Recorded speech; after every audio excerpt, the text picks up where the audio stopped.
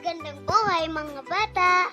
Tara, samahan ninyo akong matuto kasama si Teacher Aika, your online teacher.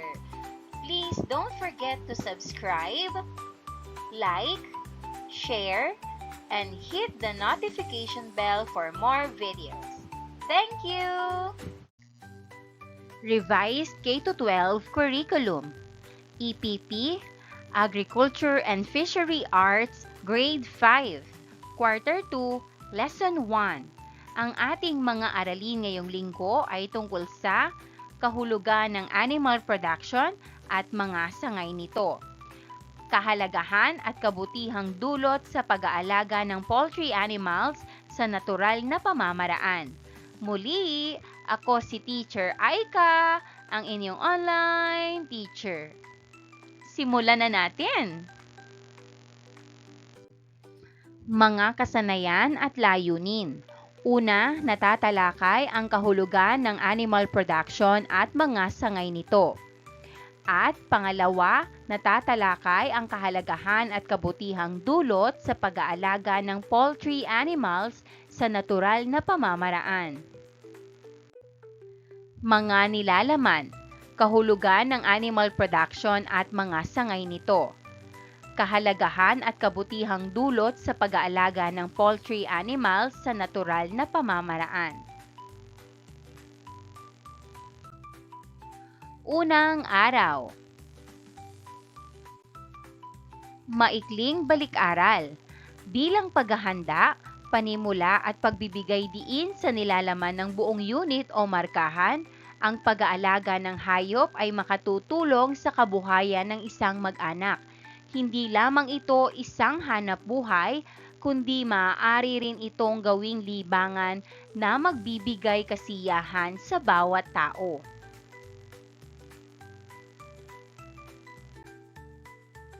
Mga katanungan. Number 1. May alaga ba kayong hayop sa bahay? Maaring sagot, opo, may alaga po kaming aso sa bahay. Ang pangalan niya ay Max. Number 2. Bakit nais ninyong mag-alaga ng hayop tulad ng aso? Maaring sagot, gusto ko pong mag-alaga ng aso kasi siya ang bantay sa bahay. Masaya din siyang kalaro at nakakawala siya ng pagod at lungkot. Number 3. Ano-ano ba ang kapakinabangang maaaring makuha ng tao sa pag-aalaga ng mga hayop? Sagot, kapag may alagang hayop, may kasama kang nagbabantay at nagbibigay ng saya. Natututo rin akong maging responsable kasi kailangan silang pakainin at alagaan. Nakakatulong din sila para hindi tayo malungkot. Ang mga kaalaman, kaisipan, kasanayan at saloobin na matututuhan sa unit ay papatnubay sa iyo upang maunawaan ang kahulugan ng pagpaparami ng alagang hayop o animal production na maaaring makatulong sa pamumuhay at pag-unlad ng kabuhayan. Gayon din ang kahalagahan at kabutihang dulot sa pag-aalaga ng poultry animals at livestock sa natural na pamamaraan. Paglinang sa kahalagahan sa pagkatuto sa aralin. Panuto, pansinin ang mga larawan ng mga hayop. Pangkatin sa dalawa ang mga nasabing hayop bilang poultry animal o livestock animal. Isulat ang iyong mga sagot sa talahan na yan.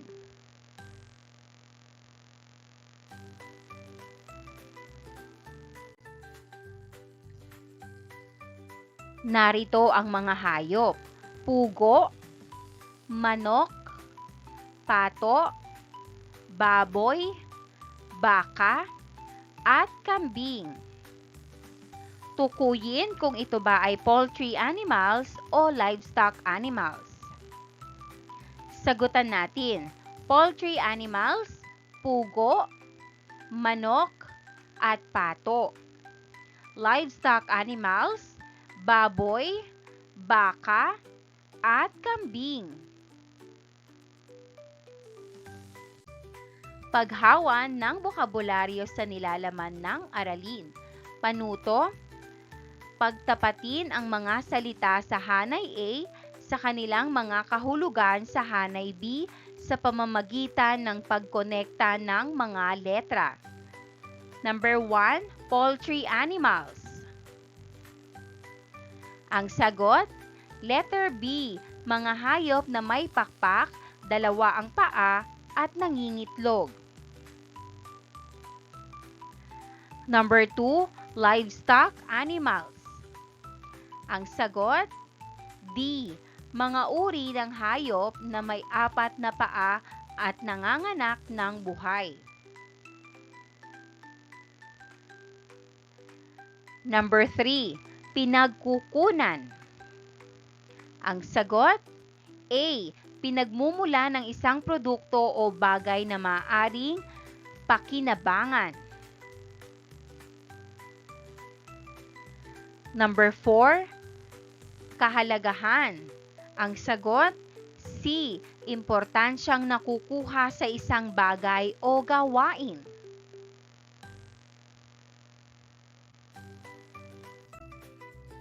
Kaugnay na paksa bilang isa, natatalakay ang kahulugan ng animal production at mga sangay nito. Proseso ng pag-unawa, gabay na tanong. Number 1, ilarawan ang pisikal na anyo ng mga poultry animals. Ang sagot, ang mga poultry animals tulad ng pugo, manok at pato ay may mga pakpak at balahibo. Kadalasan may matutulis silang tuka at paa na may kuko. Maliit hanggang katamtaman ang kanilang laki at kayang lumipad o lumundag ang iba.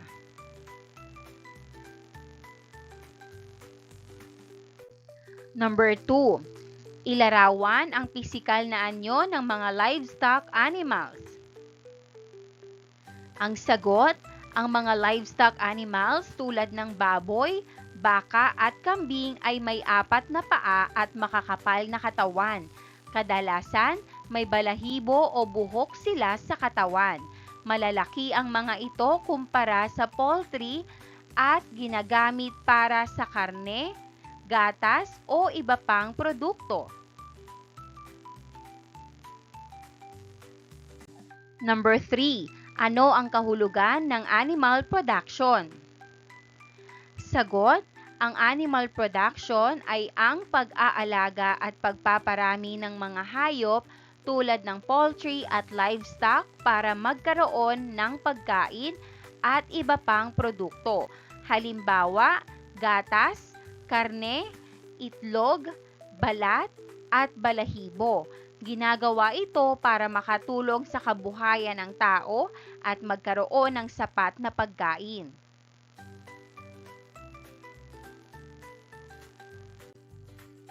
Pagproseso ng pag-unawa.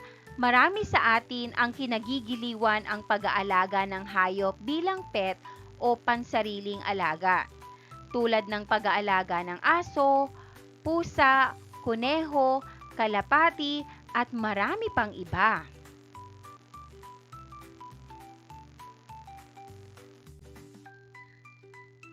Ngunit maliban dito, ang pagpaparami ng alagang hayop o animal production ay may maraming kapakinabangan ang maibibigay para sa sarili, pamilya at pamayanan, tulad ng paghahalaman.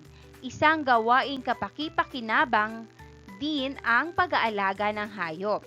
Isa itong gawain na dapat pag-aralan sapagkat may malaking tulong ito sa kabuhayan.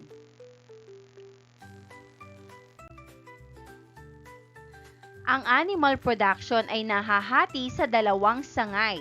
Ito ang poultry animals at livestock animals. Ang pagpaparami ng pugo, manok, pato, itik, bibe, pabo at gansa ay ilan lamang sa mga halimbawa ng poultry animals?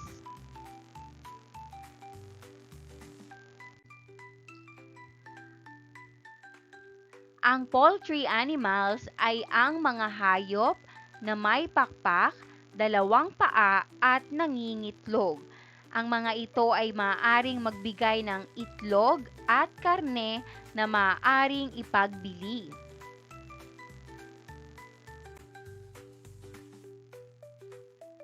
Samantalang ang livestock animals ay ang pagpaparami ng baboy o swine. Small ruminant tulad ng kambing at large ruminant tulad ng baka. Sa pag-aalaga ng livestock animals, maaaring ipagbili ito ng buhay at maaari ring ipagbili ng per kilo.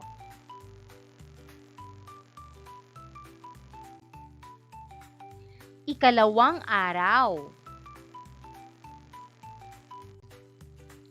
Pinatnubayang pagsasanay, panuto, isulat ang salitang tama kung wasto ang sinasaad ng bawat item at mali naman kung hindi. Number 1. Ang manok at pato ay mga halimbawa ng poultry animals. Ang sagot, tama. Number 2. Ang animal production ay may dalawang sangay.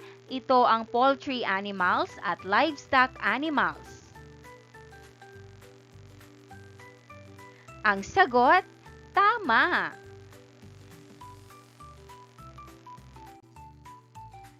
Number 3. Ang livestock animals ay mga hayop na may pakpak, dalawang paa at nangingitlog. Ang sagot, mali.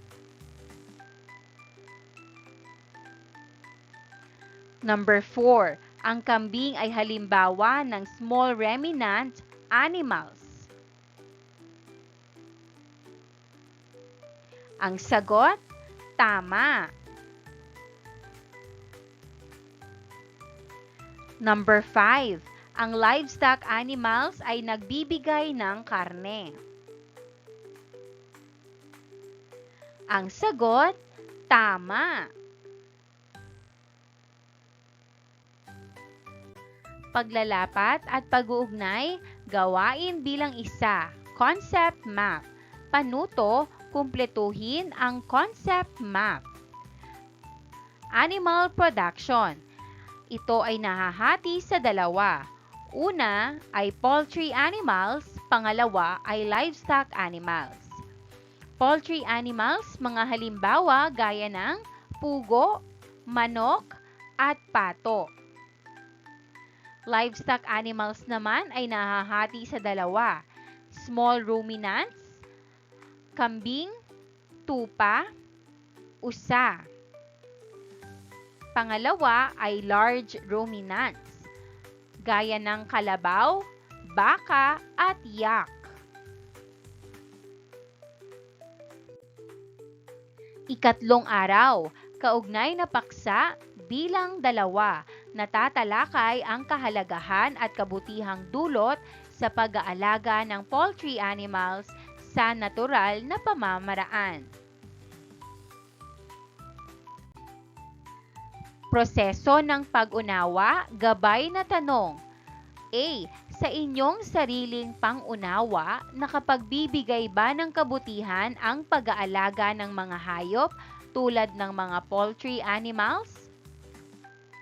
Sagot, opo, nagbibigay po ng kabutihan ang pag-aalaga ng poultry animals.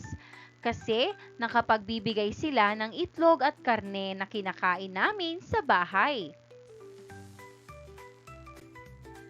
B. Bakit mahalaga ang pag-aalaga ng mga poultry animals? Sagot, ang pag-aalaga po ng poultry animals ay mahalaga kasi nakakatulong ito sa pangkabuhayan ng pamilya at nakapagbibigay rin ng pagkain. C. Ano-ano ang kahalagahan at kabutihang dulot ng pag-aalaga ng mga poultry animals? Sagot, Mahalaga ang pag-aalaga ng poultry animals dahil nagbibigay ito ng kita at pagkain tulad ng itlog at karne. Natututo rin kaming maging masipag at responsable dahil kailangan silang alagaan araw-araw. Nakakalibang silang alagaan at ang dumi nila ay nagiging pataba sa mga halaman. Narito naman ang kahalagahan at kabutihang dulot ng pag-aalaga ng poultry animals at livestock animals sa natural na pamamaraan. Ang pag-aalaga ng hayop tulad ng poultry at livestock animals ay kapaki-pakinabang na gawain. Narito ang mga kahalagahang dulot ng pag-aalaga ng mga hayop. Una, nakapagbibigay ng karagdagang kita. Malaki ang maitutulong nito sa budget ng isang mag-anak sapagkat maraming produkto ang nagmumula sa pag-aalaga ng hayop na maaaring ipagbili at pagkakitaan.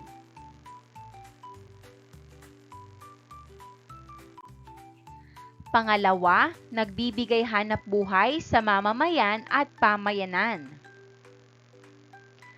Pangatlo, napagkukunan ng pagkain at iba pang produkto tulad ng karne at itlog. Maging ang balat o balahibo ng hayop ay maaaring gawing iba't ibang kagamitan para sa tahanan.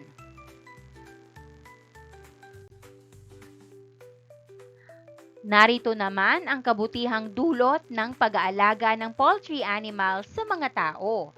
Una, nakapaghuhubog ng kagandahang asal, gaya ng kasipagan, masigasig at pagkamalikhain. Pangalawa, nagsisilbi bilang libangan. Ito ay isang kawili-wiling gawain para sa lahat. Pangatlo, ang pag-aalaga ng poultry animals at livestock animals ay may mabuting dulot sa ating kapaligiran o kalikasan. Ito ay sa pamamagitan ng pagkakaroon ng mapagkukunan ng natural na pataba na mabuti naman sa ating mga halaman.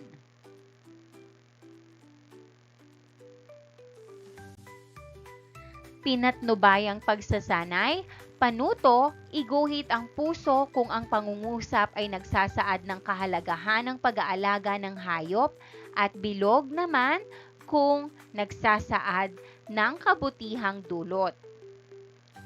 Number 1, nagbibigay ng itlog at karne ang mga poultry animals. Sagot, puso.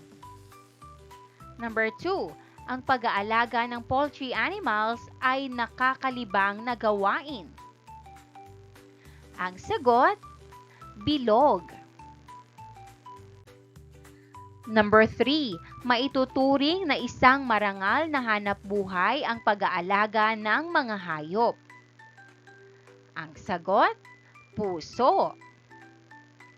Number 4, nagbibigay ng dagdag na kita para sa mag-anak ang pag-aalaga ng mga poultry animals. Ang sagot, puso. Number 5, nalilinang ang kasipagan at pagkamalikhain sa taong nag-aalaga ng mga poultry animals. Ang sagot, bilog. Gawain bilang 2, mabuti o hindi. Igugrupo ang klase na may 4 hanggang 5 miyembro bawat grupo. Magtala o magsulat ng 5 kabutihang dulot ng animal production. Number 1, nakakapagbigay ito ng masusustansyang pagkain tulad ng itlog, gatas at karne. Number 2, nagbibigay ito ng dagdag na kita para sa pamilya. Number 3, nakakatulong ito sa paglinang ng kasipagan at pagiging responsable ng tao.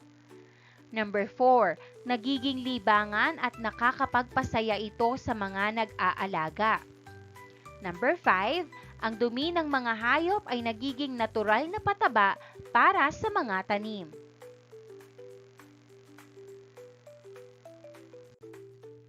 Ika-4 na araw.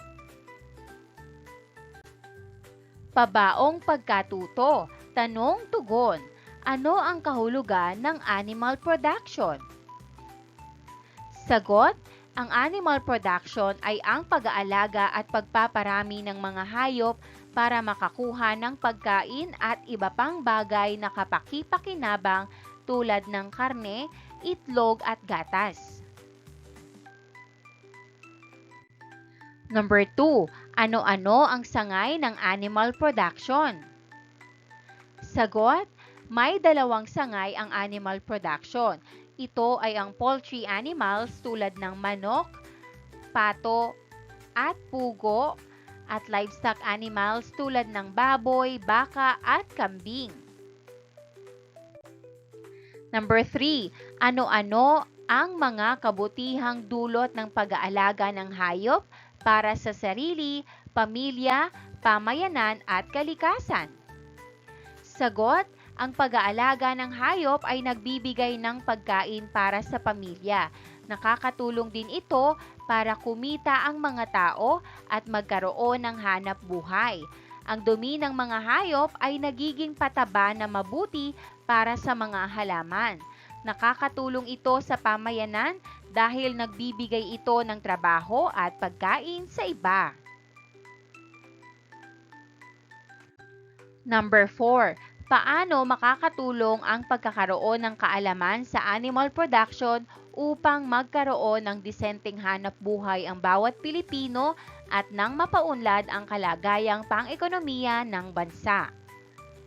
Sagot, makakatulong ang kaalaman sa animal production dahil matututo ang mga tao kung paano mag-alaga at magparami ng hayop na pwedeng ibenta. Magkakaroon sila ng hanap buhay at kita. Kapag marami ang marunong mag-alaga ng hayop, mas dadami ang pagkain at trabaho, kaya uunlad ang kabuhayan ng buong bansa. Pagninilay sa pagkatuto. Kumpletuhin ang mga sumusunod. Isusulat ng bata ang kanyang pagninilay sa EPP notebook. Ang aking natutunan ngayon ay ang kahulugan ng animal production at kung ano ang mga poultry at livestock animals. Pagkatapos ng aralin, napagtanto ko na mahalaga pala ang pag-aalaga ng hayop dahil nakakatulong ito sa pamilya at pamayanan.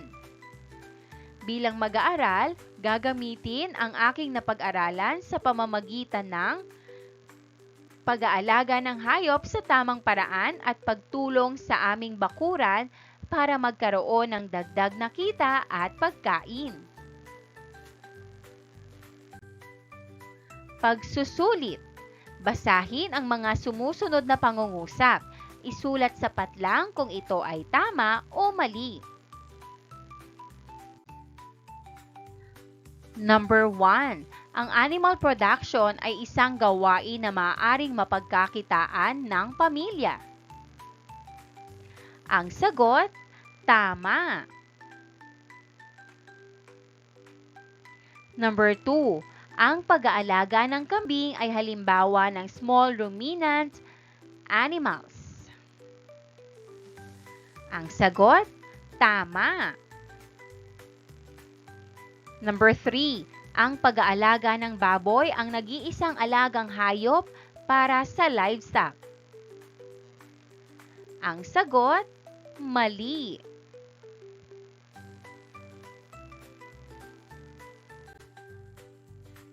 Number 4. Ang dumi ng mga poultry animals ay maaaring gawing pataba sa ating mga halaman.